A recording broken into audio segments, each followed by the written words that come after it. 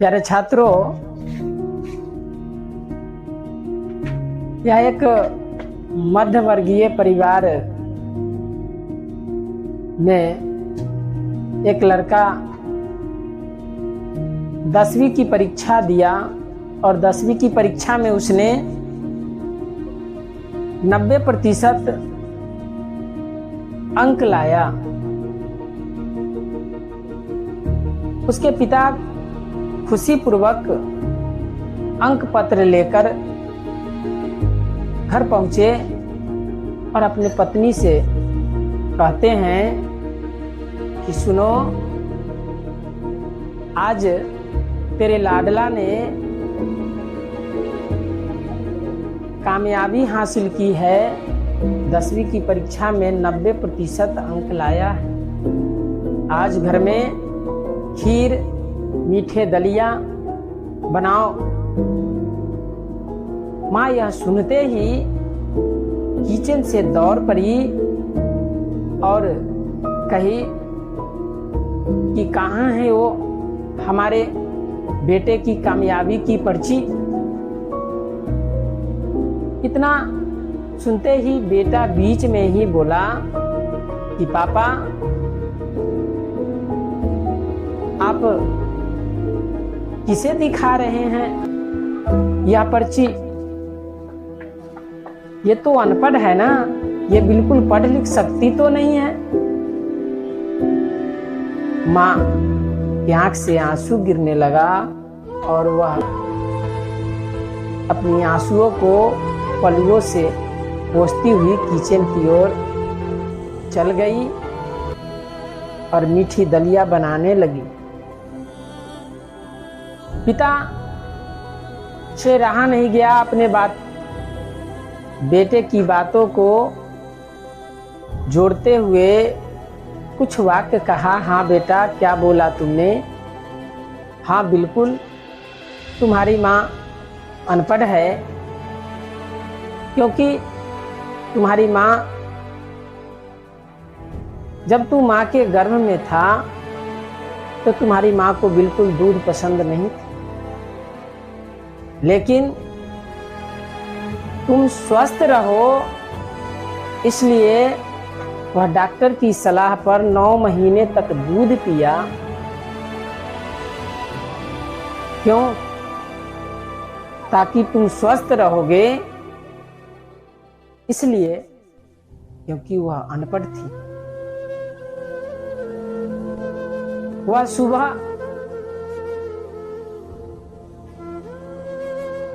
5 बजे जगकर तुम्हारे लिए स्कूल के टिफिन, वो भी तुम्हारे मनपसंद तैयार किया करती थी। क्यों? अनपढ़ थी इसलिए ना। तुम जब पढ़ते पढ़ते सो जाता तो तुम्हारे कॉपी व किताबें बस्ते में डाल देती और तुम्हारे शरीरों को ओढ़नी से ढक देती, क्योंकि अनपढ़ थी इसलिए ना। अधिकांश समय तक तुम पहले बीमार रहा करता था और वह जाग जाग कर रात बिताती, सुबह उठकर काम में लग जाती, क्योंकि अनपढ़ थी इसलिए ना। तुम्हारे मनपसंद ड्रेस के लिए वह हमारे पीछे हमेशा पड़ी रहती और खुद एक ही साड़ी को वह सालों तक पहनती। क्यों? क्योंकि वह अनपढ़ थी इसलिए ना।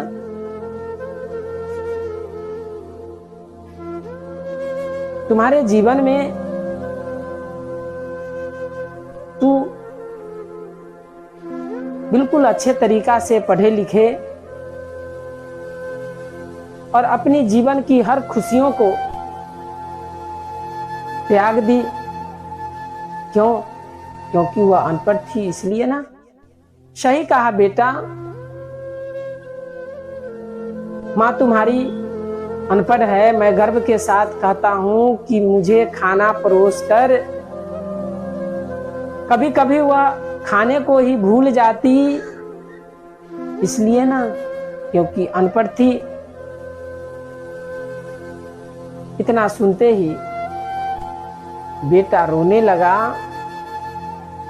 और कहा कि मां, अरे मैंने तो केवल एक कागज पर 90% अंक लाया है, आप तो पीएचडी में भी 100% यानी 100%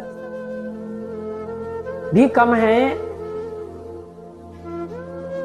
क्योंकि तूने मुझे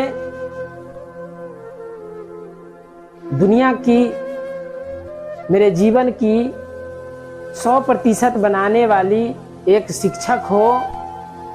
आज मैं अपनी माँ के अंदर एक अच्छे शिक्षक, एक वकील, एक डॉक्टर, एक अच्छे ड्रेस डिजाइनर, एक बेस्ट कुक दिख रहा हूँ, मुझे माफ कर दे। और लड़का रोने लगा। माँ ने उसे गले लगाया और कहा, रो मत पगले, आज तो खुशियाँ की दिन है।